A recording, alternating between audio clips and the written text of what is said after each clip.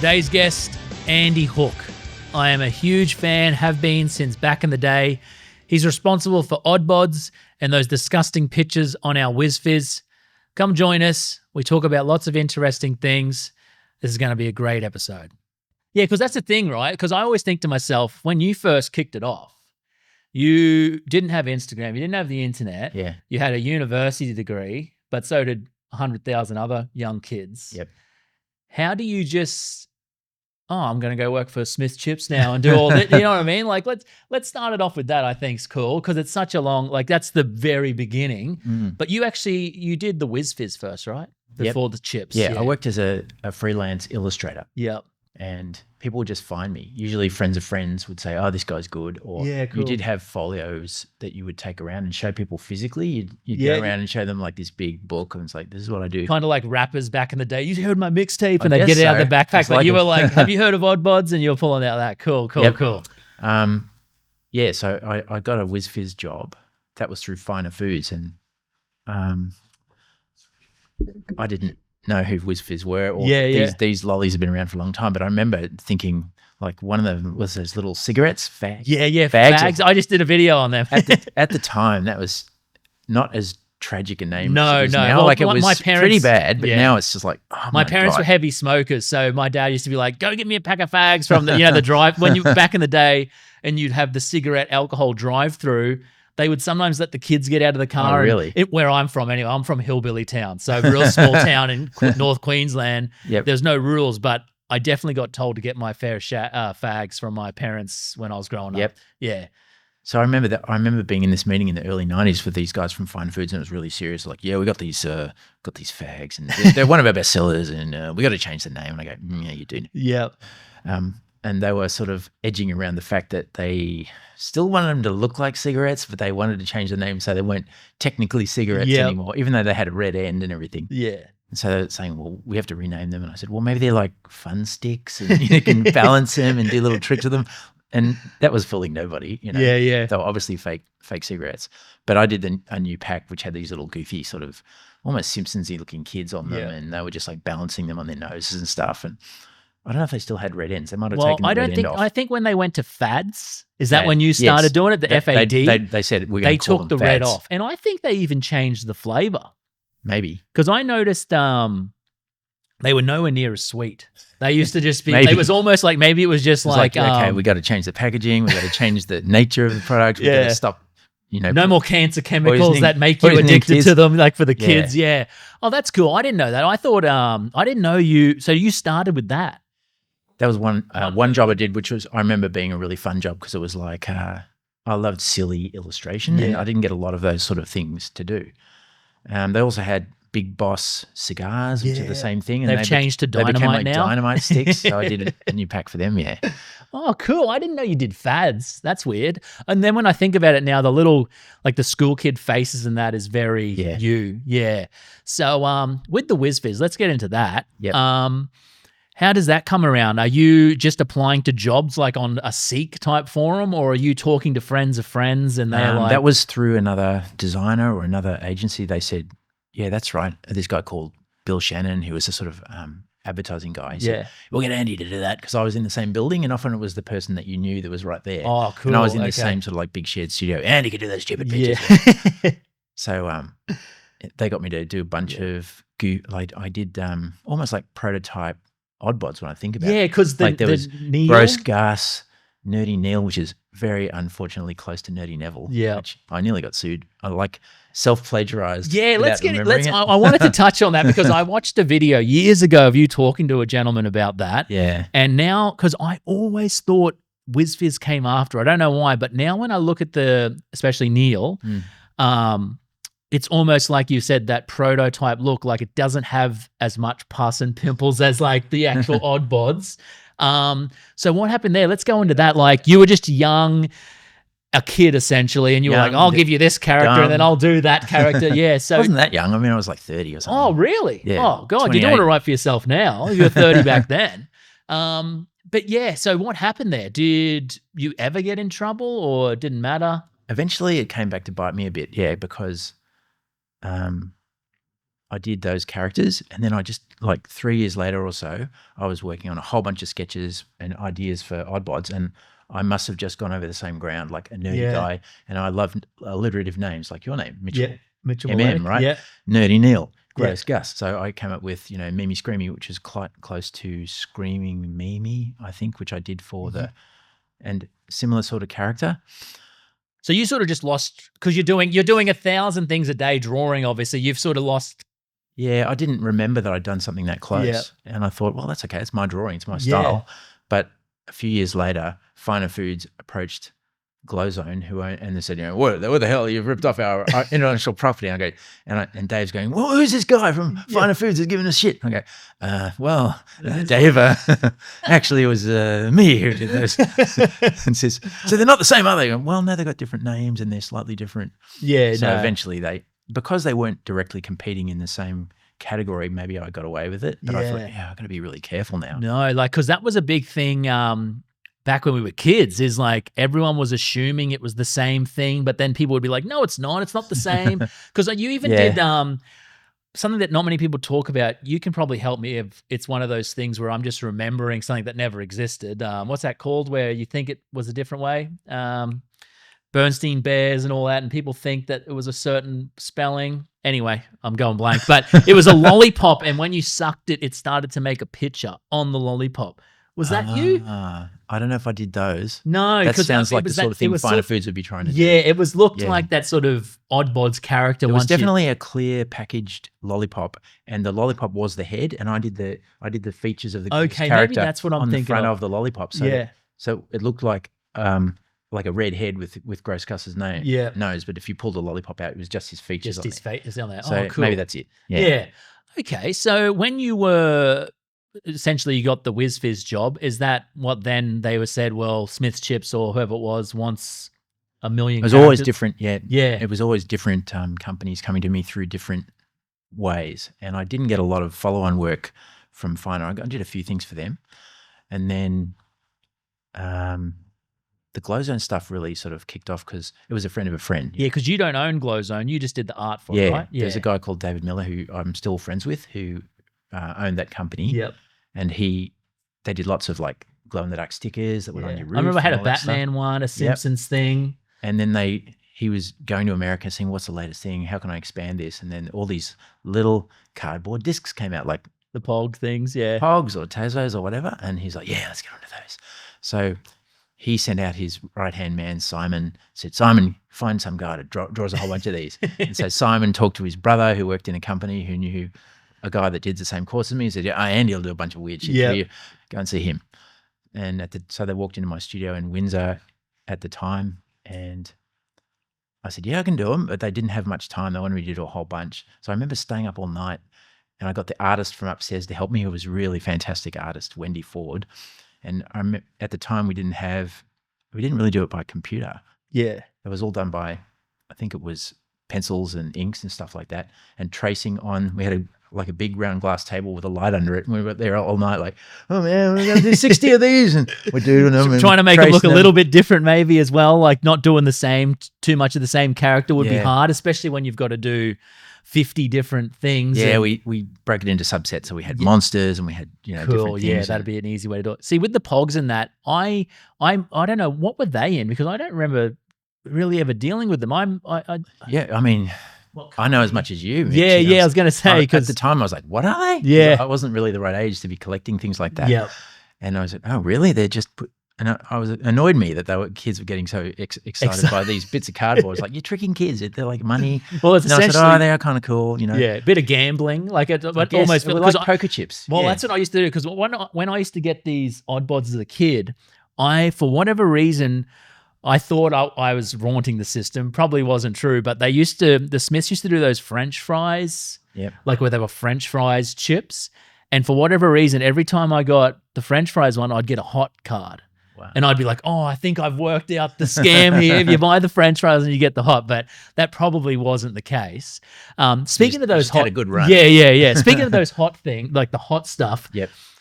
Was that something that was your idea, or was it the company? That was David's he had people saying, well, what can we do? We can do glow ink. What else is there? Yeah. And there was thermal sensitive ink. And they developed those inks for food safety, really. So they'd have like, if a product got too hot and it was supposed to be kept cool, you'd have something that would go black on it saying, you know, too hot. Okay. Or the opposite, you could have things that had cool ink that would only go black if it was a certain temperature. So if you couldn't see the message, it meant it was too warm.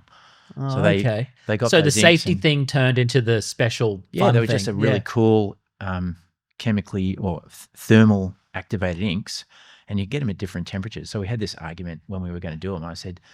He said, oh, we'll get the one that's like 30, 33 degrees or something. I said, that's too hot. You're going to have to like rub it like a freak the whole time just to get anything. He's like, no, we'll do it. I said, can't we do like 25 or 27? So it gets a bit warm and it'll just change it on its own. But anyway, they went. So what did you go? What did they go with? It was 30? like over 30 degrees. Oh, okay. And you can get different formulas. So well, which sucked because they should have went with your idea because the amount of cards I ruined. I know. But then you grow a brain and you go, I'm just going to lean it against the heat of the back of the fridge or something, you know, and then it just sort of glows. I chuck it on the those 70s glow lamps and things like that. Yep. Yeah. So kids worked it out. Like apparently kids used to use the hair dryer, the hand dryer thing at school or whatever. Yeah. No, it was definitely so big. They ended up getting, like, you've heard the story a million times, I'm sure, but they ended up getting banned at my school. I heard they were getting banned, and I went, oh, that's success for me. Yeah, I was going to say, like, if they're that sort of notorious that they're because the only other thing kids. I remember getting banned was marbles and Pokemon cards. So Oddbodz, marbles, Pokemon cards, that's a pretty special group because to be associated with just the old school marbles, you know what I mean? Like, they became essentially a must-have collectible for, you know, little kids. And it was something that was awesome because back then, what was a packet of chips? 80 cents, $1.20. And then you got this awesome card. If you want cards now, it's $12 for a packet of, I you know what I mean? So it was I guess it was in that sense. It was a really fun It must have driven way. a bunch of parents crazy. Yeah. Like I said, buy so many chips for their kids. Yeah, well, I was hillbilly. So me and my brother, childhood obesity. We were like chips for breakfast, can of Coke for lunch.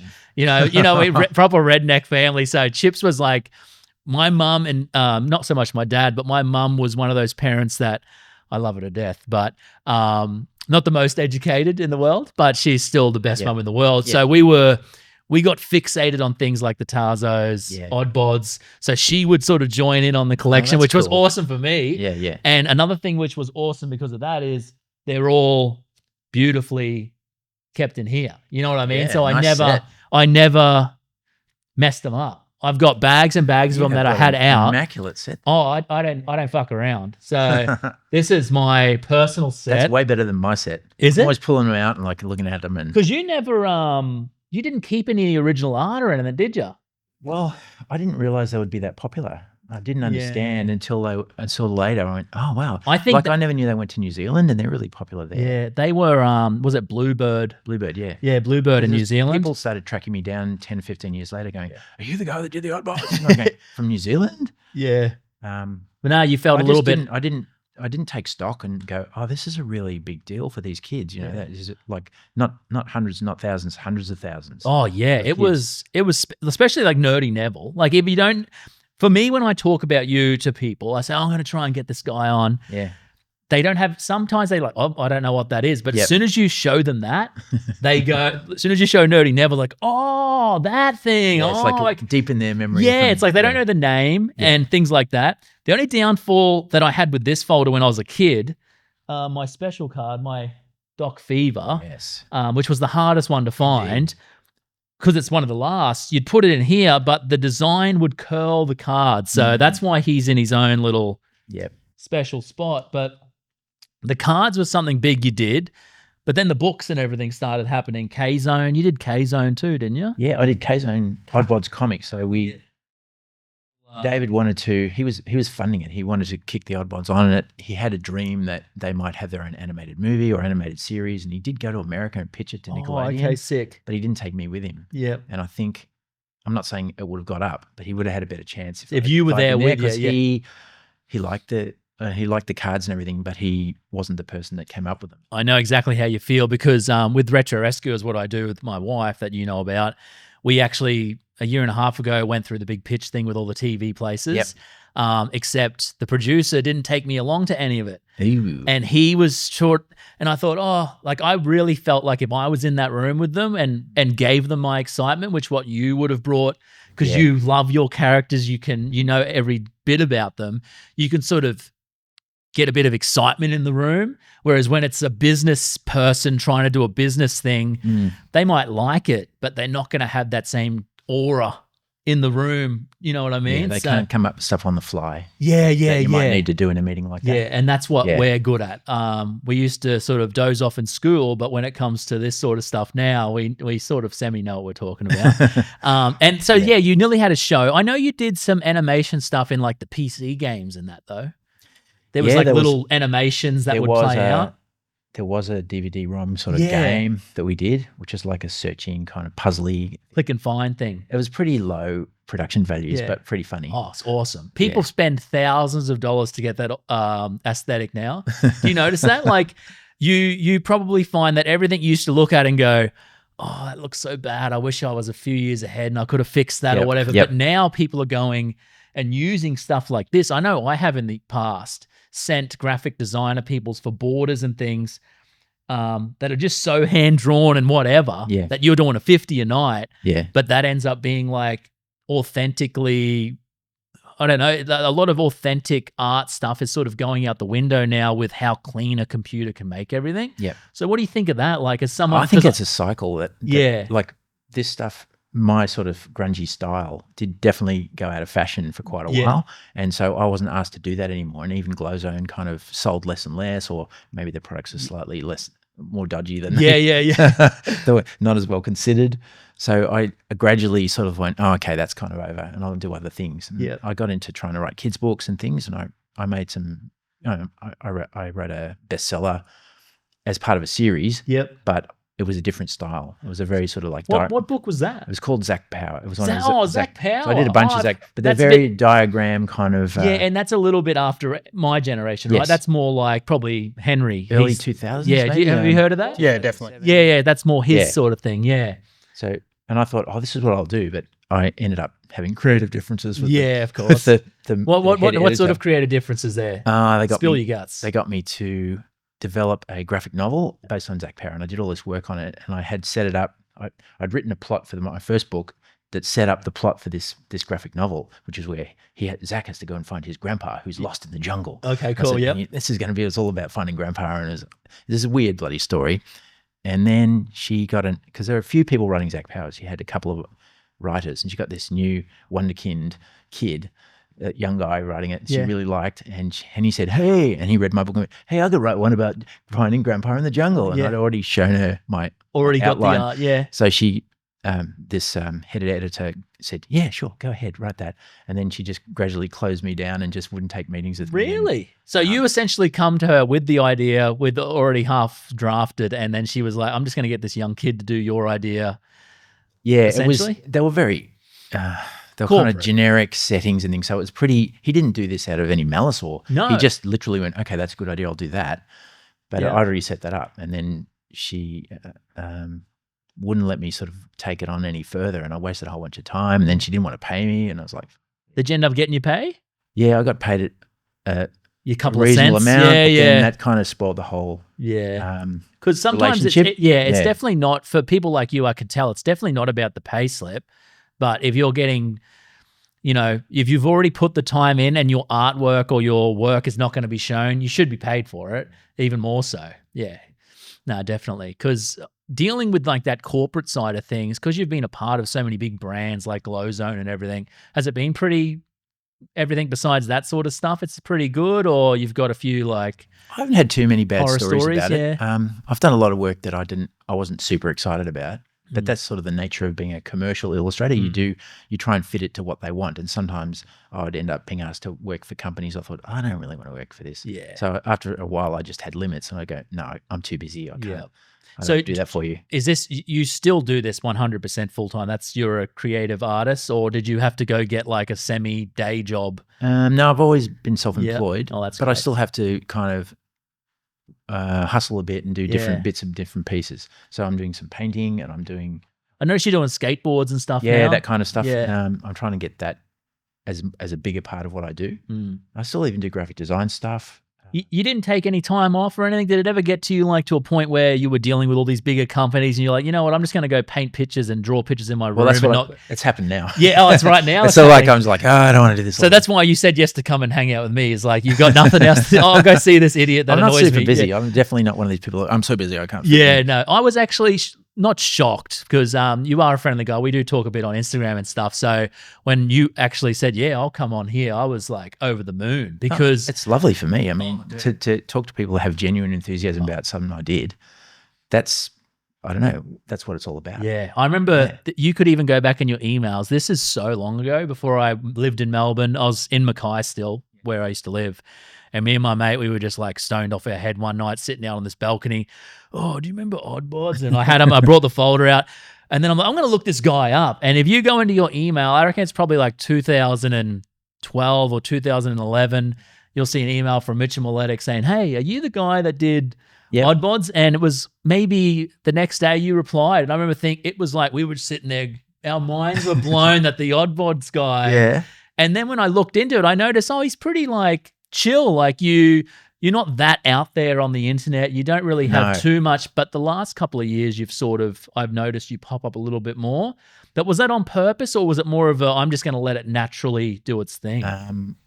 Yeah, it was mostly on purpose. Okay. It was just me reassessing the way I relate to my work and going, I should be a bit more proud about what I do. I should, if people want to know me, I should let them find me. Yeah, definitely. Like, why didn't I sign the Oddbodz? Yeah. Why didn't I go into David Mill and say, no, I want my signature on there. Yeah. And you don't have to pay me anything more. I just want, so people could find me, because it took people, I don't know, 15, 20 years to find. It was easy to find that you did Oddbodz for me, but I'm a psycho. Yeah. But this is back then. How did you find out? I just went through so many of those little, back in the day, it was like the Yahoo back pages. Yeah. Remember when Yahoo had chat rooms and stuff? Yep. And I stumbled upon something where it was like 3 or 4 people in there talking about it, and someone couldn't tell you who said they knew you personally, and they said that's your amazing, name. Mitch. You tracked me down through. I tracked the Oddbodz, but then the years later with the Wiz Fizz stuff, they made it, now it's easy. But they made it so impossible. It's like they almost on purpose didn't want the public to know who made the Wiz Fizz stuff. But literally the person, like I've talked to the Wiz Fizz, one of the Wiz Fizz,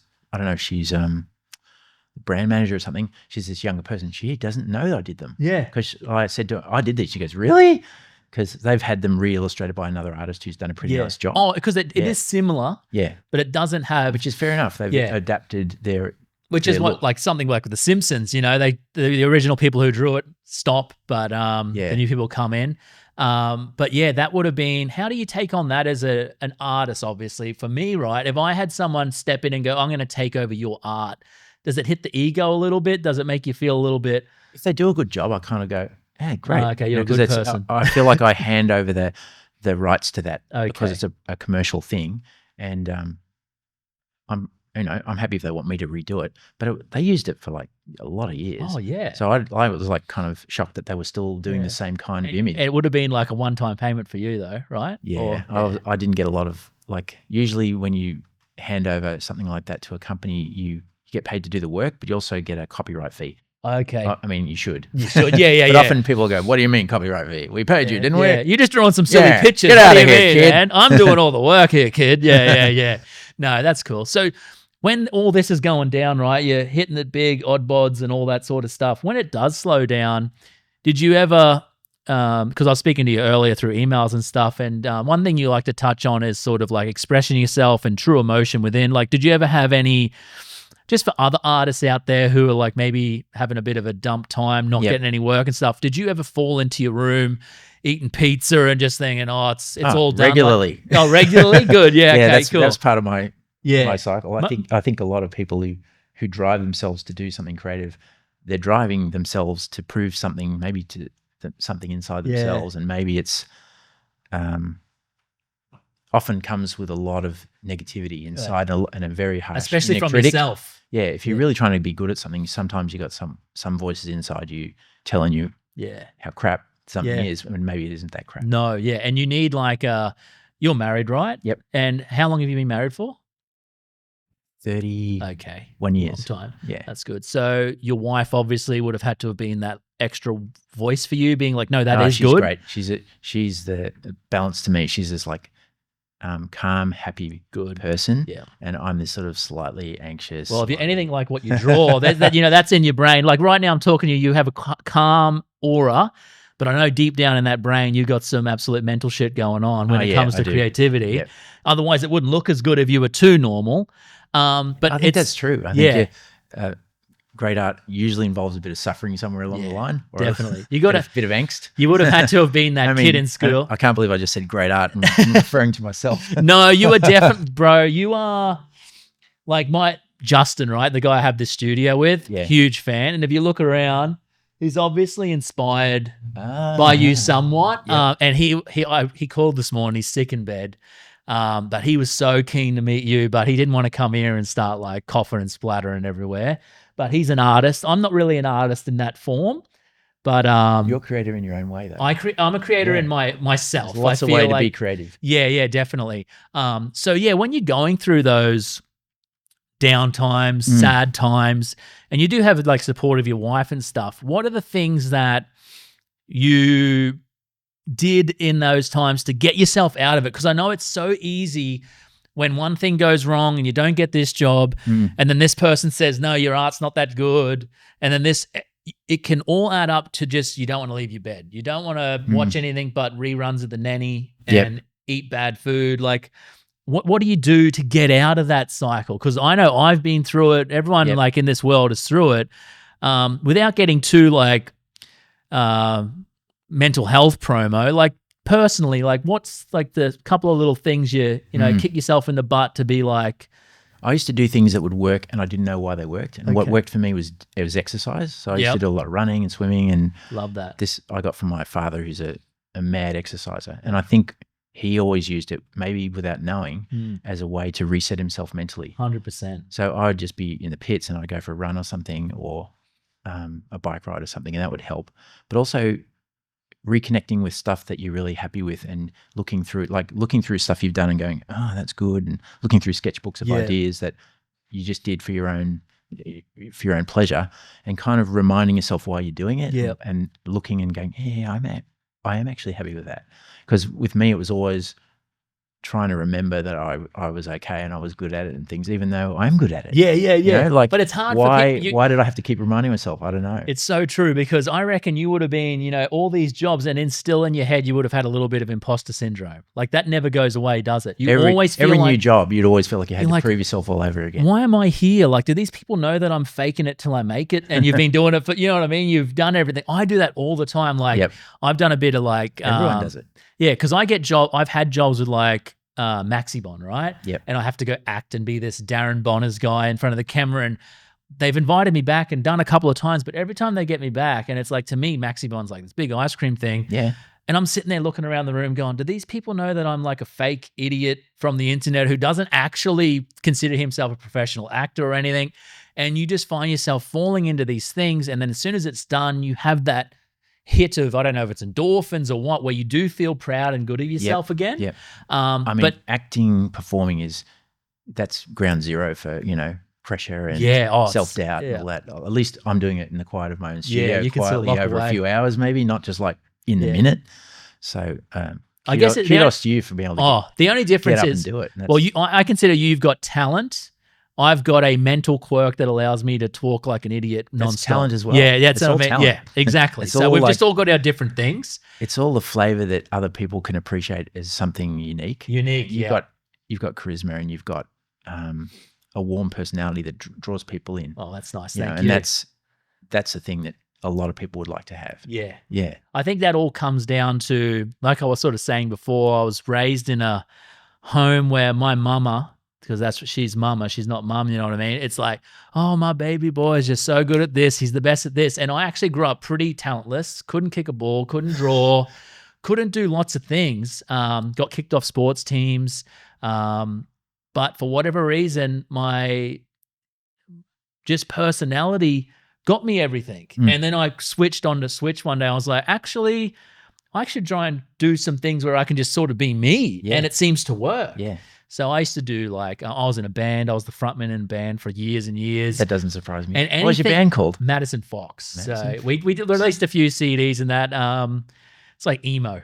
Yep. Emo pop, Cool. punk sort of thing. I'm gonna check it out when I Yeah, get check home. it out. Have a look at my makeup and girl jeans, because this is when a lot of people don't realize when you were alternative back in the day, you had to go buy girls' jeans and things because they didn't make these skinny little tight things for boys. So you'd go, and I grew up in that small town, so we'd just cruise out like Thursday night, late night shopping. You get a bit of a hard time in your small town, especially the wouldn't you? football cane farmer. But I was having to talk to my friend the other day. I was like, back in the day when we were like outcasts, I used to love being threatened by football players. I used to think I was the coolest dude. And then these guys in this Honda or Holden Commodore want to get out of their car and literally kill me.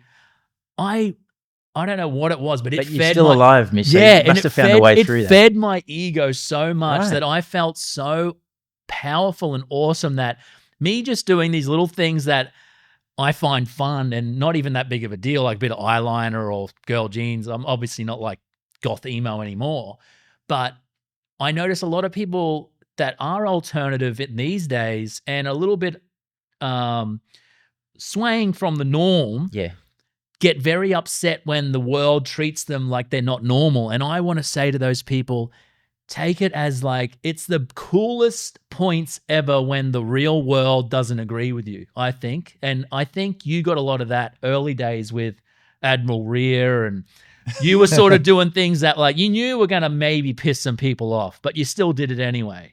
Yeah, it was what I could get away with. It was a line. And when it was really when Smith's Crisp got involved in the space Oddbodz, they found the Oddbodz being sold in Target, Kmart, those sort of shops, and they were doing okay. They weren't doing that well in these little booster packs. And the PR people from Smith's had been given a kick up the arse and said, get out there and find us a product to sell because Pepsi's kicking our ass with all these Tazos. I think it was. And so they were like, what? So they found David Miller's product, which I'd done. Yep. And they came to me and said, can we buy these? Can we put them in our chip packs? And David Miller just rang up the dollars. Oh, so you were doing... So my memory's all over the plot with these. The boosters came before the chips. Yes. They were the first True. set, the purple set in a booster pack. So like that's 8 or 9 interesting. cards. Okay. And then Smith's got them, bought the rights and put them in the smaller packs in the chips. And then they got out to a lot more people. Oh, I don't think that information's really readily available out there for that, because I always thought the boosters were because these were so popular in the chips, and then they went, let's just sell the cards and make our own money without giving some to the chips. No? No, the opposite. Opposite, And then Smith's must have really been happy with their sales going up because they said, can we get a new set? No, and can I do a bunch on like space and sci-fi and stuff like that? Yeah. And they were pretty hands-off, but they had a few of their own characters they wanted to include. So there's like Twistoids and there's a Gobbledock in there. I don't have to do a Gobbledock, it's lame. The scientist guy? No, there's a Gobbledock's like a little, almost like an Ewok thing. Oh, that was in the ads for Smith's Crisp at the time. I don't know what it's supposed to be. And they were saying, the chip eater guy, that little monster that was dressed up. The Smith's chips, didn't he used to like? He was. So they had wanted that stupid little laugh. Yeah. So it was sort of. So I had like to do cards that featured them, and I had to Okay. do cards that featured twisties and cheese. What are the cheese rings? Cheezels. Twisties or Cheezels, the round ones. Yeah. So there's. I turned that into a ring-shaped planet. Yeah. Oh, I had no idea. So the company was like, okay, you need to make a handful of designs of something that represents our company more so than whatever you want. Yeah, I didn't. David Miller would handle the meetings, and he'd come back and tell me, "Oh, they want me to do this." And I go, "What?" I wish I'd been in the meeting now, but it was pretty good. They gave me a pretty open draw a cheezel with something. Yeah. And then I did a few things that were obviously a bit too butt humory for them. Dogatello making his shit sculptures. Yeah. No way that we're going to put that in a chip pack. So and I thought, good. fair enough. Now I can understand. No, I why loved it wasn't man. great for a food product. And I think that's why, like, as simple as it is, it shaped a lot of people's humor. Because as a kid, I'd be like, I grew up in a household where my dad was constantly saying, pull my finger. So I resonated with farts, snot. Yep. That was my humor. That was about my level. Yeah. And that's why you're such an iconic part. And I always say to people, I go, bro, you could be standing next to you in Woolies or Coles and be the biggest fan and not even realize because of how like you're like an entity that, And I think it mainly is because your name wasn't on those cards all those years ago. I want to take the time right now to give a shout out to our sponsor, Krush. Now, these are premium CBD products that I actually use. This stuff helps me sleep better, chill out, and keep anxiety in check. And no, it won't show up on a drug test. You get all the benefits of full THC without the stress. Plus, they've got things like pain creams and broad spectrum drops that help with muscle recovery and feeling your best after a hard workout or simply just working hard. All organic, made in the USA with the highest quality ingredients, and you can get 40% off right now with the code word BIGLUNCH. That's Big Lunch, BIGLUNCH, one word. Now, this is for a limited time only, so make sure you order really fast. It's time to crush it. Let's get back to the show. I've heard rumors, I think even the rumor was maybe from you, that you're planning the next set drop of cards. So like a legit. I've wanted to do it for a while, but David Miller, who owns the IP and the rights to the original characters, I'd have to do it with him. Yeah, because he owns the name Oddbodz in Australia and New Zealand. And I talked to him about it. We had a couple of meetings. And then he couldn't really get his head around the idea that we're actually selling these to the adults that grew up. Who were not kids. Because the kids now, it's probably not the right thing for them. Maybe a few of them might like it, but there's a bunch of people in their 30s, mostly, who would get a kick out of it. Even Pokemon is 30-year-old men. It's not kids. And women too, but maybe mostly men. Yeah. And you don't sell them through newsagents anymore. No. And he's going, well, what? Because he still does newsagent sales for AFL cards, and that's his main business. So he owns team coach. He owns the team coach stuff. Yeah. I worked for him for years doing team coach sort of caricatures and things as well. I've got a bunch of the AFL stuff of yours too laying around. Yeah. So because we actually do a bit of work here with he was a Collingwood player, Will Kelly. Mm-hmm. I don't know if you follow. He's Craig Kelly's son. Premiership player, Collingwood guy, and we had him out when he was here, and I was trying to see if you did a Craig Kelly one, but you didn't. I don't think. I think he was before the time. Maybe a little bit before, yeah. So I was like, oh, maybe he did one of your dad, but no, sadly it wasn't in there. Yeah. So he does. So David does AFL. Yep, and what else does he do? AFL. I think that's his main big one. Deal. Yeah. Yeah. Look, I think it is crazy that you're not doing it already, but. In saying that, how are you going to release them? Are you just going to do like booster boxes? I think we'll do it either as a Kickstarter or as just an online sales thing with a Shopify site, something like that. But legitimate packets, with rarities and I think we should do it that way because I think that was part of it, that people wanted the randomness and sort of the trading and swapping. Some people might want to just pay more and just buy the whole set. But I'd say what we'll do is make some really rare cards you can only get if you take a chance. I think, and some cool stuff like maybe 50 out of the million you print or whatever, hand signed. Yeah. Little chase cards. And we never thought of that back in the day. But maybe collectible culture is different now. Yeah, I think as a little kid, I probably wouldn't have appreciated the signature. He was like, who's this guy? I was like, well, this guy scribbled all over my fucking card. Like, I want a refund for this. He's scribbled all over it. But no, I'm 100% on board. I'm going to be jumping on and pushing that because I want to do a full, buy 4 booster boxes of Oddbodz and just do a night of unboxing and just see what we can get because that would be sick. We'll have to get a box for a booster box as well. Because but really, we really are just deciding at the moment because David, as I was saying, David came back and said, okay, I want to do it. I found it's shorter run now. It's not as many cards because we don't have like a Smith's putting them in. It won't be millions of cards. It'll be thousands. Yep. So they'll be a bit more expensive because it is really fiddly production.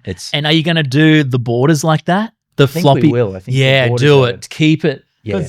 That's like a standard card sleeve now, and it just looks so sick in there. Like it stands out so much. I love the whole reason we did that border was really just so they were different. Yeah, and it was such a pain in the ass. I even love how some of your artwork now you've brought in that border on your painting.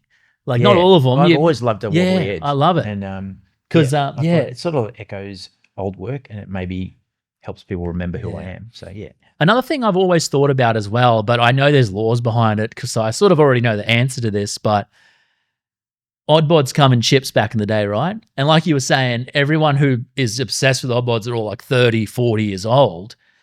Have you ever thought of maybe chucking it in a 4X Gold 6-pack or something instead of a packet of chips? Like you buy a cart and you get a boost. I believe you suggest that's exactly what I was thinking. I was thinking, what product would they want now? I think it'd be boutique beers. Yeah. Or, some kind of ale, pale ale or something, like bougie. That'd be the chip of now for that age person. So, but I'm just not a deal. Are you legally allowed to do that? Like, are you allowed to give away toys and fun collectibles in alcohol and cigarettes and adults? Yeah. You think not? Yeah. Yeah. Okay. Oh, I'm all for it. Yeah, that's what I reckon. I definitely think you couldn't aim. I mean, I wouldn't do it for kids now. Actually. No. But our adults can buy what they want. Awesome. Okay, cool. I thought there might have, maybe it is a law in the kids stuff, like the chips and the lollies. You aren't allowed to give toys, like cereal. If you're allowed to buy a product that's addictive, which is alcohol. I don't know why you can't. It's not like you give away a free picture. No, very true. So I think in my business mind, I went, that would be the one. Yeah. Because I think it would be like, you find a big enough alcohol company. I'm going to talk to David about that because he's the guy that might be able to make a deal. I'm just not a Make your own beer. Make your own beer. I'll make a beer and you can do it with. Yeah, because it's like, it's a no-brainer to me. Neville's snot ale. Yeah. Sure that would sell. A little bit thick. You know what I mean? The thicker than your average bear, and it's average beer. IP freely. Yeah.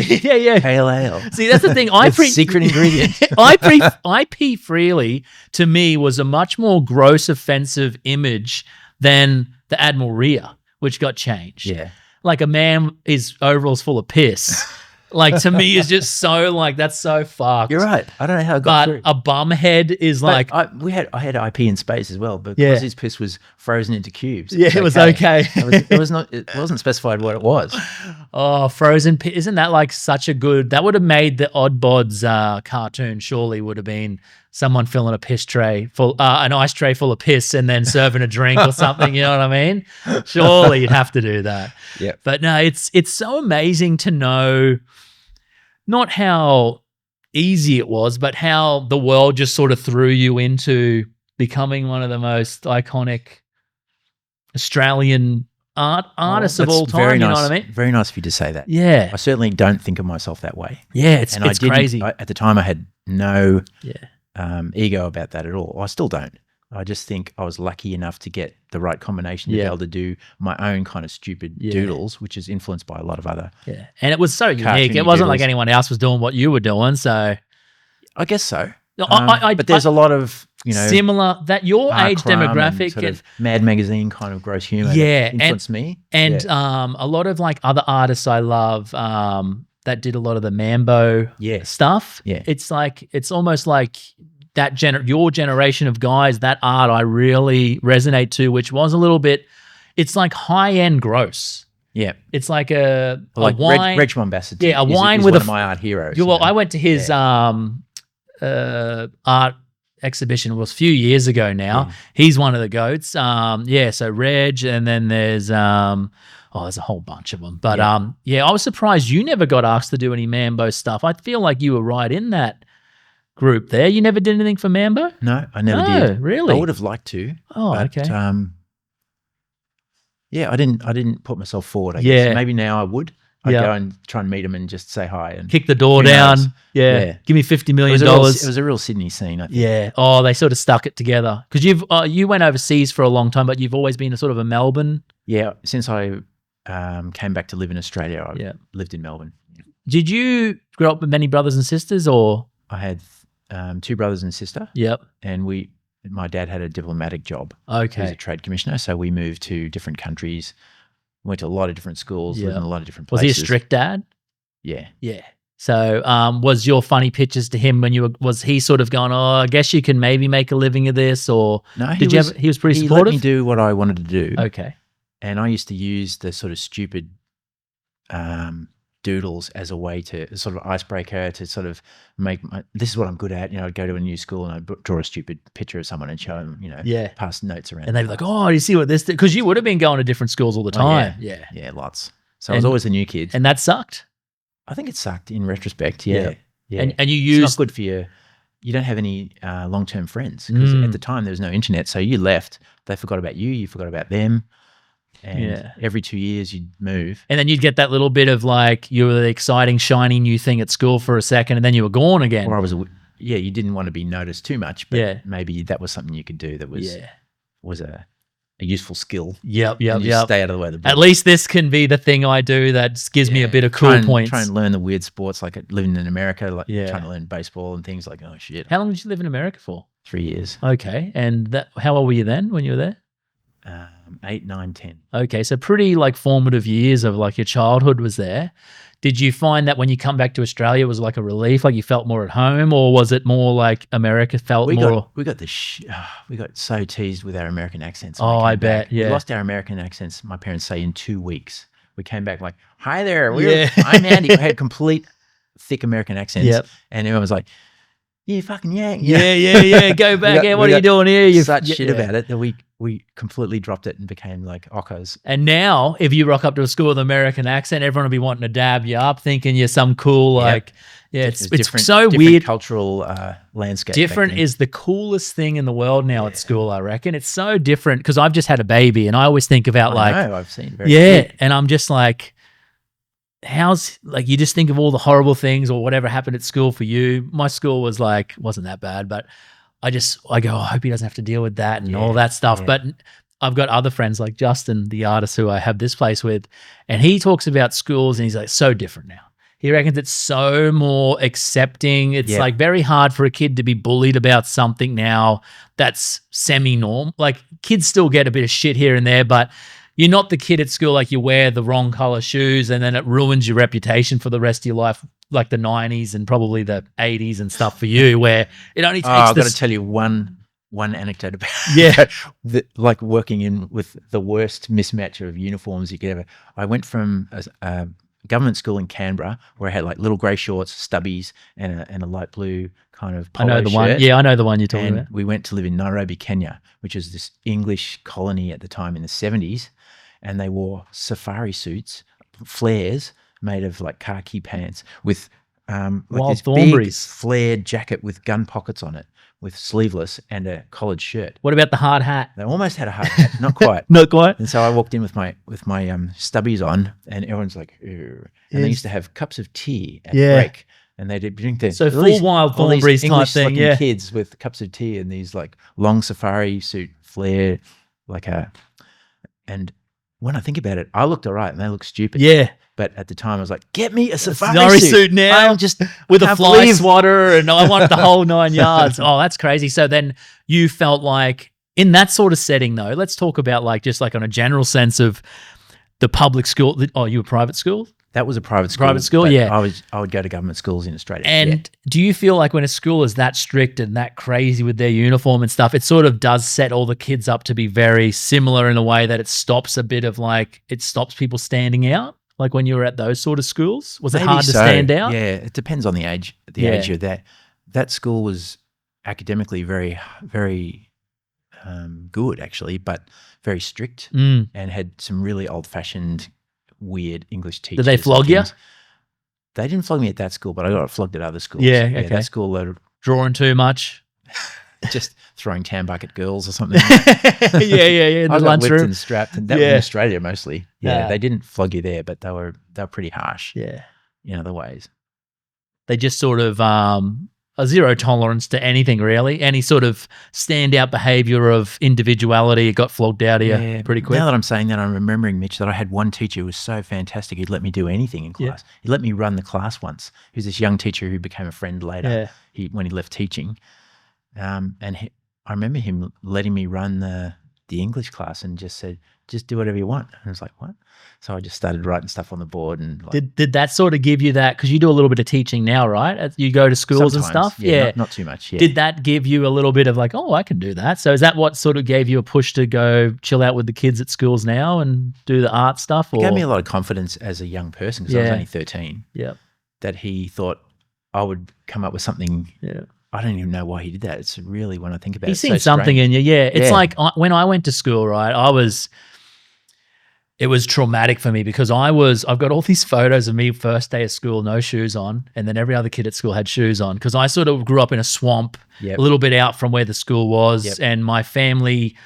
So I lived with my parents and then my grandfather, same property, my grandfather, my uncles.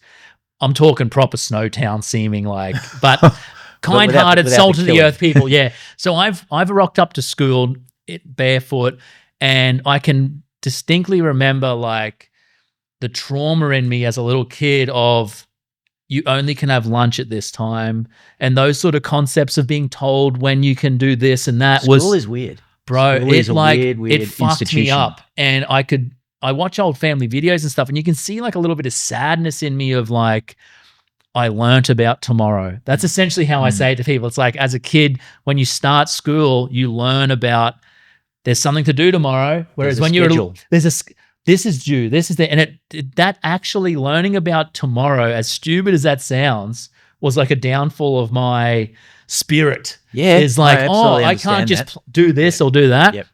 And they thought something was wrong with me. Actually, they had to keep getting my ears tested because they're like, he's like not responding. He's like, he's deaf. You yell out to him and he's not. And they'll tell my parents, and my parents are like, there's nothing wrong with him. He seems normal to us. They knew you could hear. Yeah, they knew he's a bit of a weird. But to my parents, they didn't really understand what the other kids were like. The other kids were like normal kids, and in their head, I'm a normal kid, but I'm not. Yeah. And so I used to have to go get put in those boxes where they close it up and it's soundproof, and because they really thought something was wrong with me, and they were going through all like, put him on this medication, he's just not listening. And I'd do weird stuff like get up out of my seat in class and just go like sit outside on the grass. It sounds like the most normal thing a kid could ever do. Exactly. I don't want to sit here and listen to I'm not, this is bored. Why I'm going to go sitting in a room. I'm going to go stand in there. Like little prison cell. And it really messed me up. But that sort of turned into naughty behavior as I went on. And so I'd do things like you'd be sitting in the classroom, right? And then the teacher's aide sort of help lady would come in the room and be like, all right, we need 3 kids. And then you'd, me. And then you'd get picked every time. And then you go color in and look for lizards in the garden. And you're thinking, oh, how lucky am I? Every time this teacher aide comes, she's picking me. Yep. Without realizing, I'm a special needs kid. Like, you know what I mean? Like the special needs class is coming to, and that's how they sort of did it in this like secret way without making you're a special ed kid. Yep. And I'm your always special needs were normal kids' needs, really. Yeah. Other kids suppressed, I reckon. Yeah, and that's what they worked out with my hearing was a big trauma response for kids is to pretend they don't hear it. It's kind of like when a kid is getting like abused or something, they don't really remember it sometimes, or they don't hear, they sort of go into this, that's what they explained to my parents anyway. He's going into a trance to escape the room. Which and that shows you how bad it is. And you're not doing it intentionally. No. You can't help it. It's a protective response. Yeah. It was like a shut down. Look, I can completely sympathize, Mitch, because the day we had to send our little boy to kinder, we got that same thing about learning about tomorrow for him. It's like, oh my God, he's going to go off now for years. And we don't have our open schedule where we can just sleep in and we can kiss each other. Don't want to wear a shirt today, go for it. And I'll work when I want and he'll sleep when he wants. All of a sudden you're in this rigid system. I don't understand why it exists, but it's really sad. Oh, it is. When you see how free life can be. And you don't want to sound like some crazy like schools burn them down, but at the same time it's like it does delete whatever that natural part of you is, and you can, when you get a little bit older, you can break it back through. But for a solid few years, especially little kids, they do try not beat it out of them, but they really do try and mold you into a worker bee. Yeah. Well, my friend, a friend of mine, Brett, said, "Oh yeah, it's just government. It's government childcare. Yeah. So people can go to work." I was like, "Oh yeah, yeah. It's like a babysitter club. Otherwise, you'd have your kids at home and they just learn from seeing what you did. Yeah. And they'd still learn stuff. Oh, definitely. Maybe I liked school for the most part, and I was very much a rule bound, and I'd do just what everyone said, and I just wanted to fit in. So I was always going to new schools. I'd like trying to achieve well and get good marks and all that. But having seen my own son go through it and seeing how you get pounded by bullies and maybe not bullies, but peer pressure, conformity, pressure, like weird things that the schools have this is normal. Don't do that. That's odd. That's you Oddbodz. have to be good at the sport. Yeah. Everyone's really, really excited because Talia got on the swim team for the zone finals. Yeah. And it's like I can barely keep my head above water. My son could read when he was 3. Yeah. No one clapped. No. That's like, get your head out of the books and come in the real world. Yeah. But he doesn't. But everyone doesn't realize that his father is a novel writer. There's reasons why they get attracted to things, and naturally, it would make sense why your son would be obsessed with books, art, and those sort of things. Because I guess back in the day, it's like your dad's a butcher, you're a butcher. Yeah. And it wasn't really about the school. See what they're doing, and you just think that's what adults do. Yeah, because my dad's a lifer. Are you a vegetarian? I'm vegan, actually. Yeah. So you probably hate this, but my family. I haven't always been vegan. No. I ate a lot of meat, so I'm not judging anyone. No, but my family's are lifers of abattoir. You know what an abattoir is? Yeah. So from when my dad was like late teens, early 20s, he's worked there. He's very high up in the sheds and stuff now. Yeah. But I went there. Yeah. I quit school. Yep. And my dad's number one rule was, if you're going to quit school, you need a job straight away. So I went and worked there. And that was like the first moment in my life where I really realized I love my dad. Yeah. And I think he's the greatest thing in the world, but I don't want what he's had. Yeah. And I think was a big turning point for me, because it's either one or the other. It's either, someone like your child might grow up and want to do art and stuff, but then they might get to a point where it's like, I want to do this completely opposite thing. As a dad, how do you feel like you'd cope with that? Do you want your kids to be a bit more creative and stuff like you, or you're happy if they want to drive? I know how I cope with it, because I've got one son and he's 27, and he has gone a slightly different direction. Of course, they're older, Yeah, so he's now working, and I'm just so happy he found found his thing, and his thing is urban design. Oh, cool. Urban planning. So he taught himself to be a really good graphic designer after he left high school and worked as a professional designer.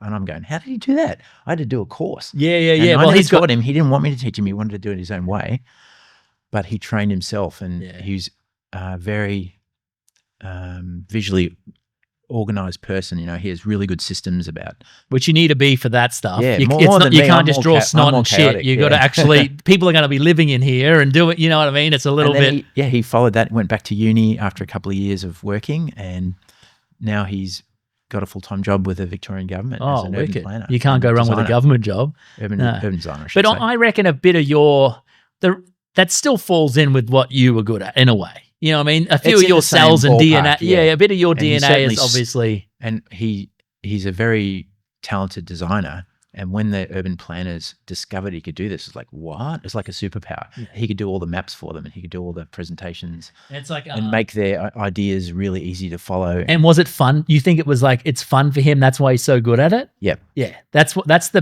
be all end all of everything, I think. If you can have fun with it, because when I worked in that meatworks, there was dudes there who loved cutting up sides of beef. You know what I mean? They were really good at it. Yep, They'd worked out a system where my knife's razor sharp and I know exactly where to cut to make my life easy. And then there's a bloke next to him like, I fucking hate this place. And they're doing the exact same job, but one person obviously shouldn't be there. And I think it goes from flipping burgers at Macca's to designing full buildings to drawing cards. The thing I like to tell people is, if you're not enjoying it and you're finding like sadness in what you're doing, you're better off being a bit poor for a while. That's what I think, definitely. Yeah. Instead of just going, I need a job. What I used to do in those situations is I used to think, what's one thing I really like, and I'm going to try and find a job that isn't that, but might involve a bit of that. So it's like, I love video games. I can't go work in a video game studio. I can't become a voice actor for games yet. Let's just go work at Target, but I'll try and get a job in the media section. And then you're a little bit happier. And at least you're working with stuff that you like. Yeah, CDs and music. And people that also like that. Yeah. So did you ever have any like silly little part-time jobs before you were, or did you get thrown straight into the art for money? I did. I worked as a waiter, and I worked at the Pancake Parlor for a bunch of years. Cool. How was that? Horrible? It was actually not really bad?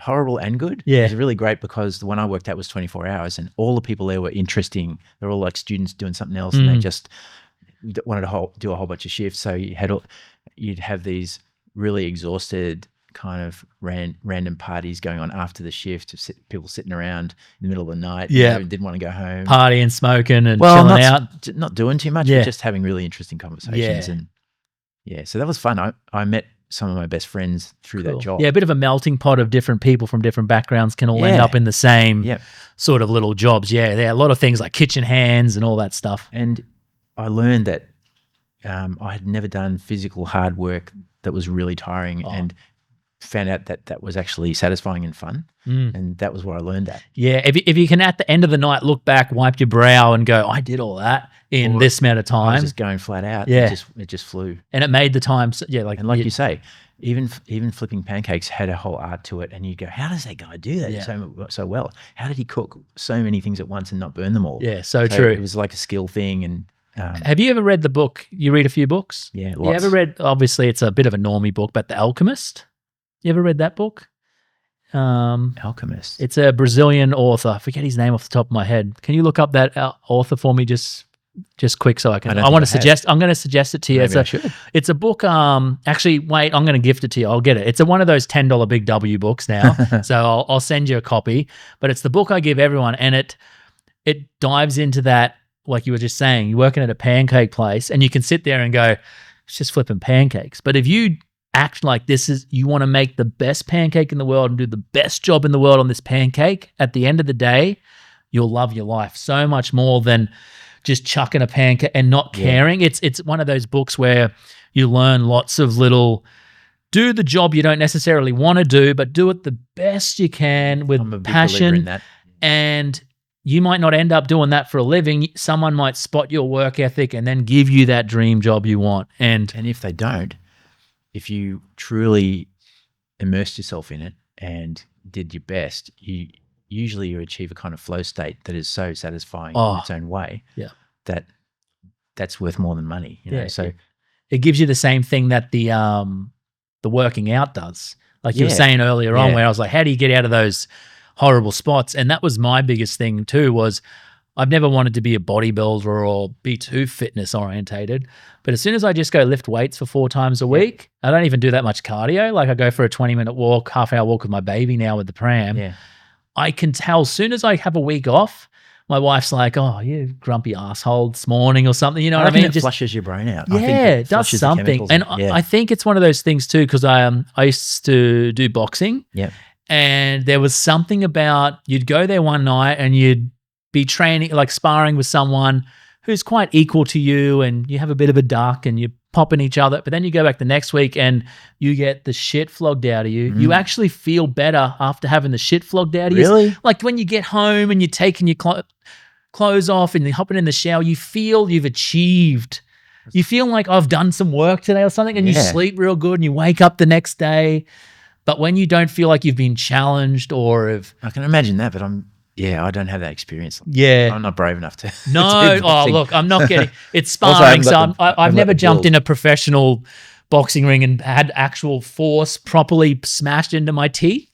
But even someone who knows what they're doing at 50% is still enough to make you feel like a little bit of a man and go home and feel like achieved. You've got to be fully alive. Fully switched on to not get killed. Yeah. Because I'm a firm believer of just do 10% more than the average and you should be pretty lucky in life. You're fortunate in life. I don't like to say luck because everything you do first, that comes first, creates the luck, creates the fortune. You know what I mean? Like those hours of you sitting around doodling, and then someone might sit there and go, oh, how lucky you were to just get the chip job straight away. And it's like, well, it wasn't a chip job for Smith straight away. It was 20 years of every day of my childhood and everything going, I better get good at drawing this. I better learn how to use this. It was me saying, how can I get a job that involves drawing silly pictures sometimes? Yeah. And the closest I could find was graphic design. Cool. And then I thought, because there's illustrators. And illustrators are doing pictures and being paid money, right? Sort of like artists that have more of a steady income.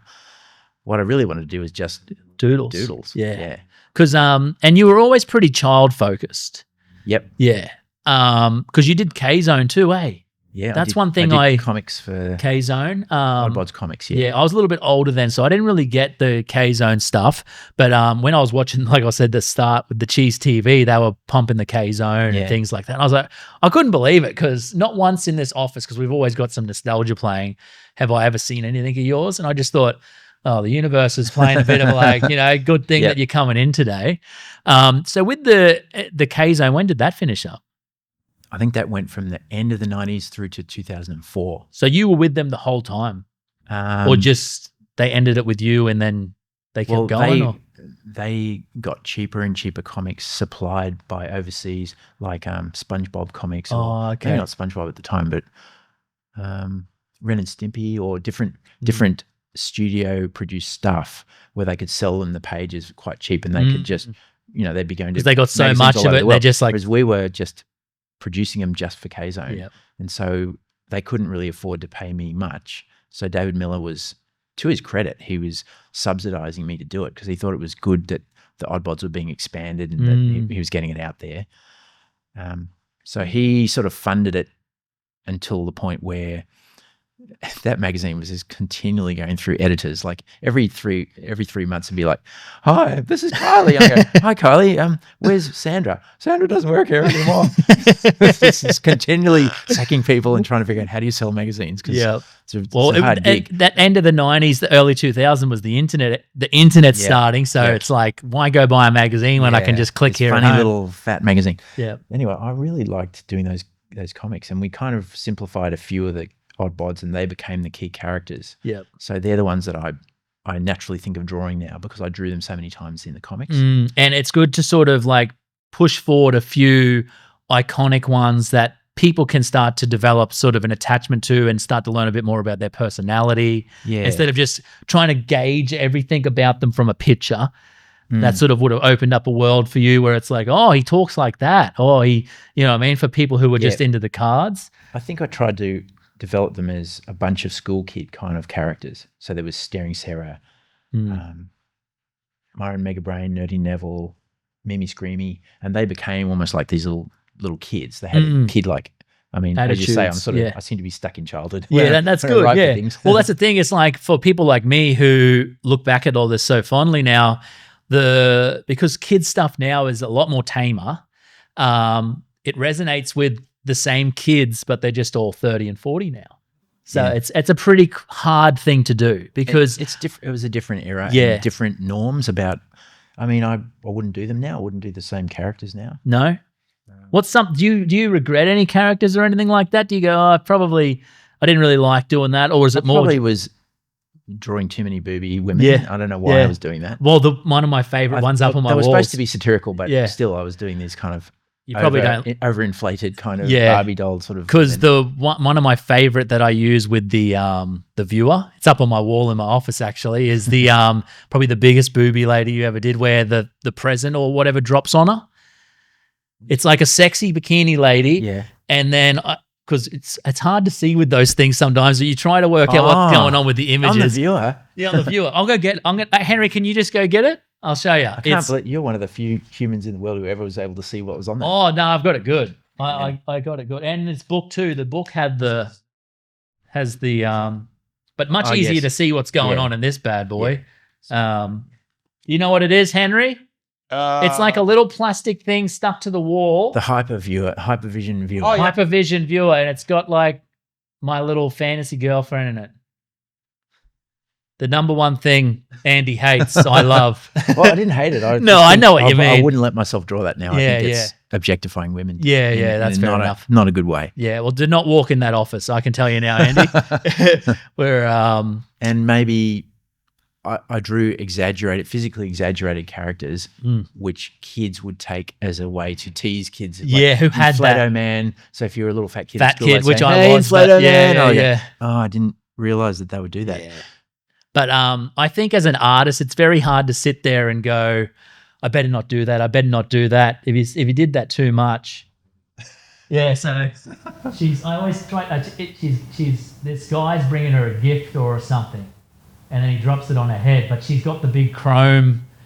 I guess this is sort of like a Madonna. I reckon you were like probably thinking Madonna. You remember how she used to wear those big pointy bras? Yes, that's definitely exactly what I was referencing. Yeah. Jean-Paul Gaultier cone bra. Oh, this?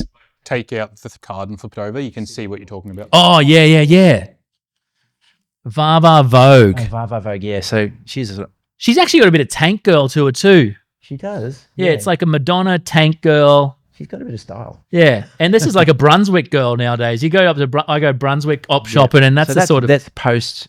I did them after the Oddbodz set. Yeah. So they were kind of extra characters, and they were too small, the cards, really. So it was yeah. didn't get much going. I love these, but I don't like them as much as there was the AFL characters and stuff with this as well. Yeah, I didn't do them. Yeah. You didn't do the AFL, really? I didn't even know there were AFL characters.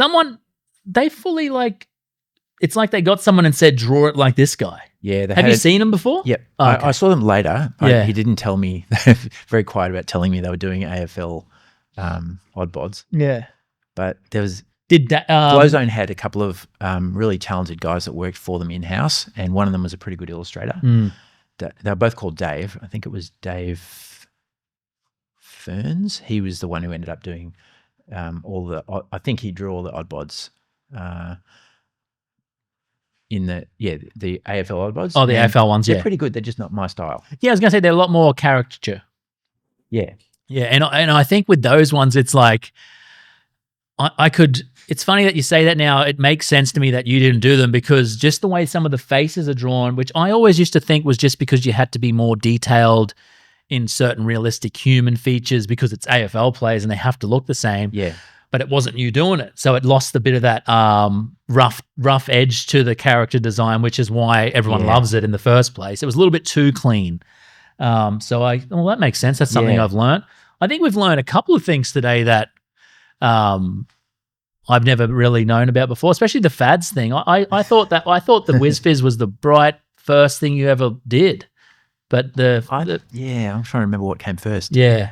I think Wiz Fizz was first, and then they came back with fads and Big Boss and things like that. It's so hard because all this stuff obviously wasn't noted down in a forum the whole time it was happening. Any roughs or any now it's like if you were to do it, random people on the street who obsess over it would know more than you about it. You know what I mean? But back then it's like you had to really know the person or be somewhat involved with them. I didn't used to take stock and give myself any sort of credit. I just say, what's the next thing? Yeah. It was like I was always trying to prove myself to myself, and that's not a good way to do it. Yeah. Did you find that you were following a dream? Like, did you have a big picture dream in your head? Like, I want to have a cartoon on the TV worldwide, or was it just I want to draw and see where it takes me?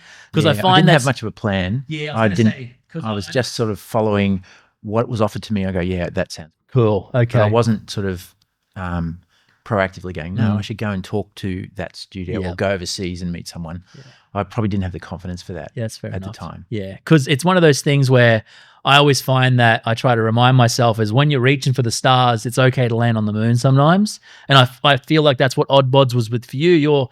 You're striving for whatever the greatness is you're trying to find. And along the way, you've done this and then that was over and you're still – without realizing that was the stuff, you know what I mean? Like in yourself, definitely. You know, you go, that was actually the most impactful thing I ever did. Yeah. Was this job that just went past in in a year or two. And I think a lot of people need to realize that. Yeah. Is when you're making art and striving to whatever the weird thing is in your head that. For me, I want to be in a Hollywood movie. Sometimes the Maxi Bond commercial I did 20 years is actually like, that's the coolest thing, bro. You grew up eating that and you're obsessed with Maxi Bond and then you get to do an ad.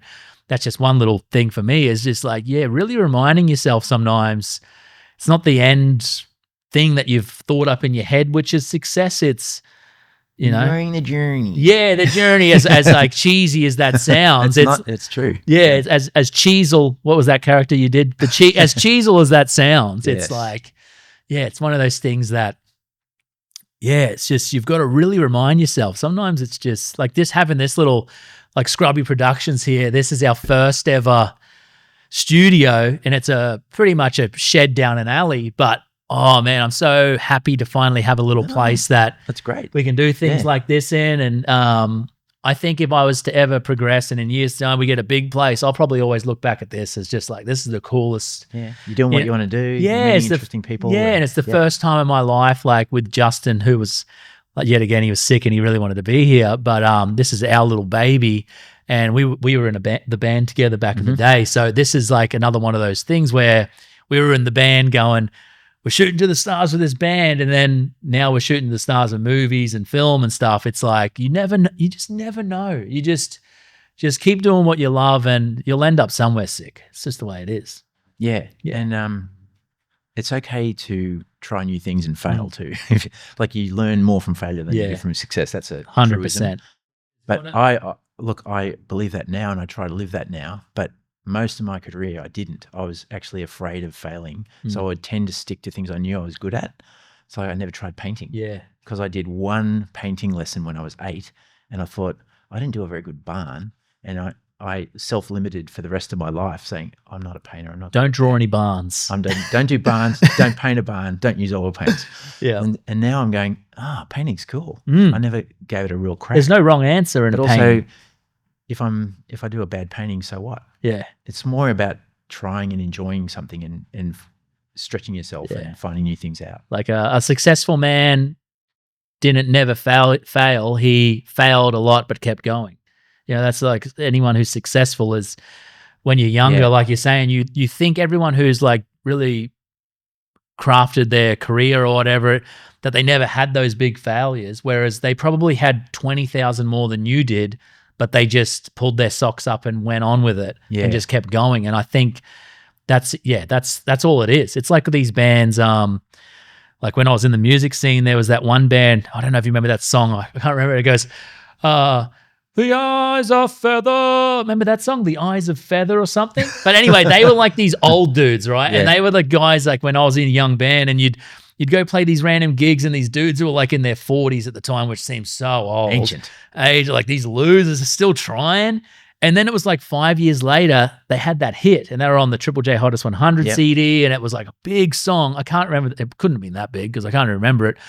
But I remember thinking to myself, me and my dickhead mates were laughing at those guys, and they've just done it because they didn't stop. And they were a band for like 20 years before that happened. And I think that song ended up on like a bunch of like American TV, and they just did so well with this one song. And it was just from, you got to roll the dice a million times. It's going to come out good for you once. So yeah, 100%. Let the failure roll. Just go with it. Yeah. Well, I think for me, I should have tried more things and failed more, but I chose a bit of a safe kind of way to go because I think deep down was very afraid of failing.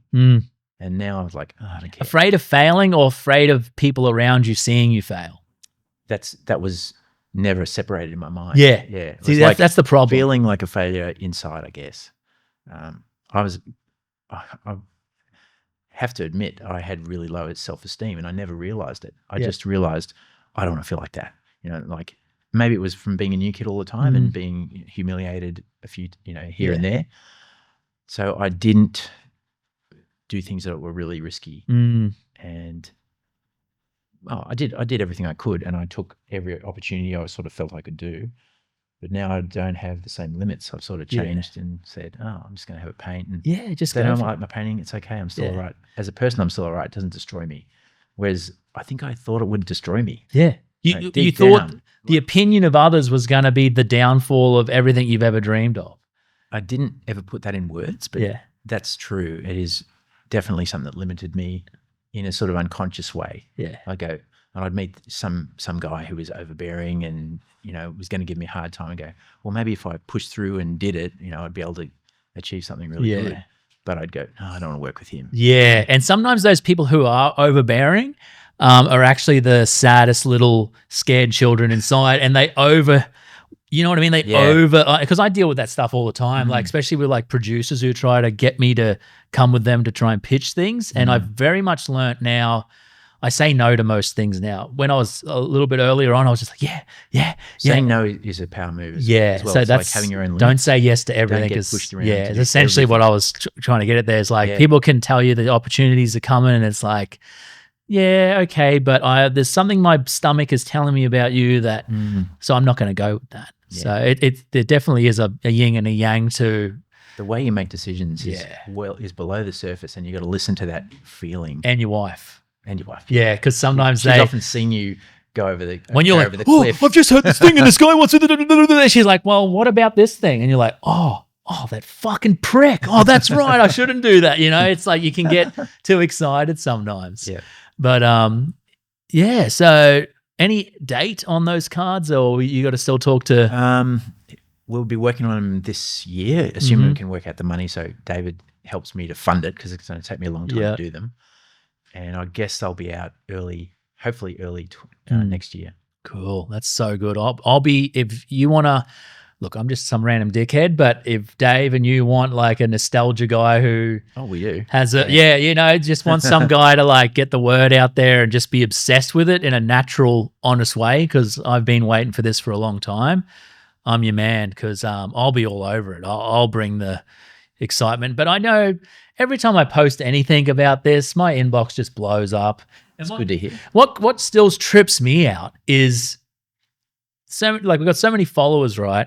And I'll post an Oddbodz and I still get, you know, maybe 10 or so messages that are like, oh my God, you just unlocked this memory for me. And I'm going, this big nostalgia you've been following rush. me for so long. And then like every now and again, I say, how have you not noticed the Oddbodz on my page before? They've just joined you since the last Yeah, Oddbodz. maybe. What really kicked it off was, I don't know if you remember, but my first big viral-ish YouTube video was when I found the little baggie of Oddbodz at the op shop, and I was sort of talking about it. And I did bring up the Mambo art because there was like a little debate going on about the best 90s art and stuff. And I did mention, I said, Mambo art was pretty cool, but this, and then so many people were like, oh, I completely fucking forgot about that. And it was like, you had to use Nerdy Neville because he's like the poster child of it. Yeah. But if you got right now, like I'm a big time American producer here, and I say to you, Andy Hook, what's your cartoons? Pitch me your cartoon. You know what I mean? Like, what was your vision for? You said you wanted to make an animated cartoon. If you had $1 million right now, what's the story? What's the vibe? Hopefully, I haven't put you too much on the spot, but you know, surely you've got like an episode in your head of like, this is what I want the show to be. I did have, yeah. I guess it was like a world where beautiful is ugly and ugly is beautiful. Cool. And odd is normal and normal is odd. So everything is flipped around, and that's the interest of it. Yeah. That instead of a beauty contest, they have the most beautiful pimple contest. Yeah, sick. Okay. Like, and people are intentionally growing pimples. And then the on real their face. hot like blonde babe rocks up and everyone's like vomiting and like, oh my God, get this thing away from me. That's a great idea. I hadn't thought of that. Yeah, cool. Well, if you need any help with writing, I'd be your man. I'd love to jump on that. A lot of time travel, a lot of stupid sci-fi tropes. Yep. Myron Megabrain would often generate a bunch of machines where, you know, you could swap your body or you could go back in time and change the future and things. No, I just think there's just so much opportunity in there. Imagine like they've already got it going in China now, but the smell-o-vision. Have they? Like certain, they've released certain like, I don't know whether it was a TV or something. It might be a prototype, but I've been watching it, and yeah, you can smell stuff that's on the screen now. So if like the Pizza Hut ad comes on, How does it work? well, I'm sure it's going to give people brain tumors or something, because imagine the chemicals within pumping out something. It must be like a bunch of different smell chemicals that they mix, and the TV or the whatever's being advertised or whatever's being in the movie says 1 mil of this, 2 mil, and it puts it in the They room. had that in the 80s. They had smell-o-vision. Yeah, and they had it. They used to pump it into the cinema. Yeah, and when the of the air and stuff. I remember And the apparently it would like build up, and you couldn't get rid of the last smell Yeah. for the next smell. People were like, yeah, it's a new water scene. I want to get the smell of shit away from me. But I remember they had the thing at SeaWorld, the Pirates little short film, and you'd go in there and you'd have the ocean spray, and they'd the seagulls would fly over, and they must be just water, but it would be like the poo dropping on you and things. So I always, like, when I was thinking of this, if it had a TV show, like, you need the smell-o-vision, you need all that stuff. like, yeah, Nerdy Neville lived in a snot cottage, and it was literally a cottage made of snot. It's just this. Instead of a bit of It's like cement, a it's sort just of people picking their wax nose and wiping it in between the bricks. Yep. That'd be so cool. Mimi Screamy. This is from the comics, and the comics were kind of a way to develop the stories. Mimi Screamy lived in the Screamatorium, which is this sort of soundproof bunker, which looked like a and there's only screams inside. It's a soundproof, as in Because she would blow out. Yeah. She could blow out mountains and things. Oh, so she she'd needed have to be underground in a screamatorium. protection for the world. Oh, okay. I thought it was like she loved screams so much that instead of soundproof, it was scream-proof. So it was only screams inside, but it was just more to shut It was more her. just to protect others Oh, from the cool. power of her screams. Oh, cool. Well, I hope that happens because I would be definitely in there. There's just so much generic, same old now that I think we need. I think I'd be the guy in the corner, like to you, going, "Nah, draw the spiky tits. I want the," you know what I mean? But so maybe you'd have to like shut me up a few times because I'd probably be pushing you to bring a bit of that disgusting, like that isn't Oh, really they're acceptable definitely anymore. disgusting. But then maybe it would, you know, if you're ever feeling, I'm putting my hand up as an absolutely non-professional of anything. If you're ever having trouble, you're like, oh, I don't know if I've drawn this butt too big or something. Send it to me. I'll ask the wife. I'll take it around the office and say, is this butt too big? And Erin's more like the voice of reason. Or yeah, she's because I'm swamp baby, so Yeah. I come from like hillbilly stock. She's a bit of a silver spoon. She went to the musical theatre school in Sydney, and she's a very well-to-do girl. She had her father was a big banker in the NAB, and her mum was her mum sadly passed away recently, but she was like a full of life, very posh, Melbourne's housewife. You know what I mean? So we're different worlds, but we've come together pretty well, and she's got a good side to her. And it's weird because I grew up a hillbilly going, I want to have a nice place with a nice wife. And then she sort of grew up so prim and proper that she's like, I want a rat bag.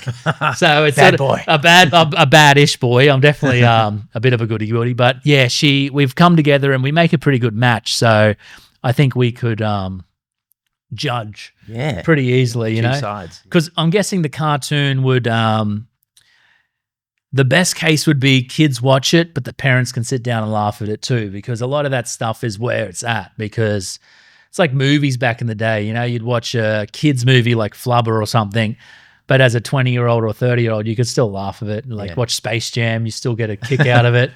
So, yeah. Yeah, I don't know. I haven't really thought about stories involving Oddbodz for a long time because I guess I felt like they were of their era. But the era's now. But Yeah, I mean, I'm wearing, like, I've got the Mambo Loud pants that are pushing 30. Everything I have on is probably 30 years old. It's all coming back. Yeah. You know what I mean? Everyone. this is from Talk us through that. I noticed that. this is a commission for a person that just wanted me to do a big Oddbodzy post. Oddbodz, yeah, that's sick. And I went, I got a bit carried away with it. So are they for sale on your website or anything? Or You can buy these on Redbubble. Redbubble? Cool. Andy Hook, all one word, yeah. Yep. But I thought I'll print one out as a shirt. Yeah. I'll do a version that fits on a shirt. It's epic. Yeah. So good. As soon as you walked in with it, I was like, all right, he's dressed up for the occasion. I appreciate it. Very good. But like that's it's amazing to me that because of when I grew up, if you wanted to do a shirt, like a picture on a shirt, you couldn't. Basically, when I was a kid, there was no way to do it. No. You'd have to have a connection that would silk screen them in a fabric warehouse, and it would take years and cost tens of thousands of dollars. Now I finished the drawing on the weekend digitally, which was not a thing when I was a kid. You had to physically paint it, and then they'd have to scan it a couple of photograph it, times, yeah. and then get these specialist people in a sort of a production house to And then they've got to break make it in like 4 or plates. 5 layers. Or, Yep. yeah. And these plates are like, it was a whole thing. It would be thousands of dollars and take weeks. So I finished it, uploaded it, and they printed it and they delivered it in 3 days. So I got That's through Redbubble? Yeah. Yeah. A custom made shirt that was And it's an all over print. It's not just like a random little picture. it's the front panel, Yeah. and then they sew on. So they had to sew it afterwards. Yeah. But they actually had like a full color print. I am noticing here though, Andy, you haven't put your fucking signature on Yes, there, I mate. Oh, you have. did. Oh, sorry. I'll shut up. Somewhere. Where is it? Or is it cut off? Yeah, maybe you need to put it 3 times on there. Yeah. Yeah. You might be right, Mitch. Yeah. Oh, Andy. See, if you had to send me a text, I would have said put the signature on there. But it's sick. It's on the poster. So it's on Redbubble. People can get these. They can get that shirt. You just type in Oddbodz on Redbubble and it should be there. You type in Andy Hook. Andy Hook. Okay, so there you go. And Yeah, it's so literally Redbubble. only been on there for 2 days because I only just tested it. But I honestly reckon, there's nothing better than that Redbubble and stuff now for like merch and things. And you get a good kickback and you don't have to do any of the work. Yeah. Yeah, that's good. So anything else coming up, or we're pretty much People want to see what I paint and stuff. They can have a Yeah. look at andyhookart.com. Beautiful, And I easy to sell remember. a few prints and things on there, but that's really fun because I get to meet people, like-minded people, and Yep. they can commission things, tattoos, and Oh, tattoos. posters That's a and good stuff, idea. yeah. Yeah. Yeah. There's a lot of things people don't think about. Everyone would be like, I need a picture for my website. I need a picture for my shirt, but I need a tattoo. That's or they just want to. I can do an Oddbodzy portrait of people. Some Yep. people have had that done. Like That's pretty fun for caricatures, me. but Oddbodz. They have to tell me how weird they are. And I what think they like. I think years ago I may have been one of those time wasting idiots that maybe spent a day or two messaging you for portraits for retro rescuers, and then it didn't go anywhere because I was like, actually, I probably have to pay this guy, and I probably couldn't, or probably 3 weeks late on rent at the time. But that was definitely a cool idea too. So I think a lot of people can appreciate that art style too, and it stands out and it's iconic. So actually, I was talking if to you want to treat yourself, Yeah. get a bit of original Andy, I can give you something. and it's all can you pick, like, because one thing that I love is, because we were talking about we need a Scrubby Productions logo made for the TV stuff when it's there, and Justin was actually the one. He said, oh, let's see if Andy can do it. I can do it for Yeah, sure. yeah. So do That's you my do sweet spot. do you do hand drawn stuff still? Yeah. Because the one thing we love is like the Sandboys. I don't know if you've seen, I got the old Sandboy shirt and stuff hanging up, where you can just tell some bloke was just like, all right, yep, squiggle, yeah, that'll do. And that's the best way. That's the best case. So that's what we want. I think, Yeah. I definitely do always start hand drawn. Beautiful. I also draw things up Yeah. on So the good. computer, but hand drawn's good. Cool. All right, Andy, thanks for all your time No today, mate. I worries. think It's been we've, fun. what are we at? Oh, really absolute sweet spot there. So you've been an absolute legend. It's really good to finally meet you face to face. And for me too, Mitch. Yeah. I think we're going to be good buds after this, and I hope to hear all about the new ventures of the cards. Yes, I'll keep you informed. Yeah, when I we've think this- decided when and how many. And all Yeah, that. I think this episode we'll try and get it up pretty quick.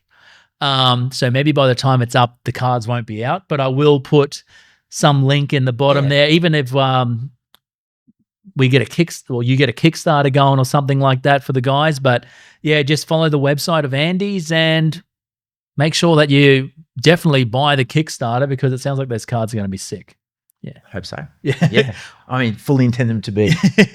He hopes so. I know so. So yeah. We'll have links to your website and socials in Yeah, the yeah. description, so anybody wants to check it out, it's all there. Great. We'll make it easy. Yeah. And even if you don't want to buy some, just send me a message. I love hearing from people. It makes my day. Cool. Yeah, and especially on Instagram. Let's try and get Andy at least another 500 followers. I think you deserve to hit that what do you got, 1,000 something followers? I think you should. 1,200 and something. I reckon, yeah, we need to push those numbers up. But I think once people, like I said, it's putting your face on that. As soon as you get the clout, I'm the Oddbodz guy, it's game over. Yeah. All right. Cheers, Nice to Andy. hear. Legend, All right, bro. great. Thanks, mate. Perfect.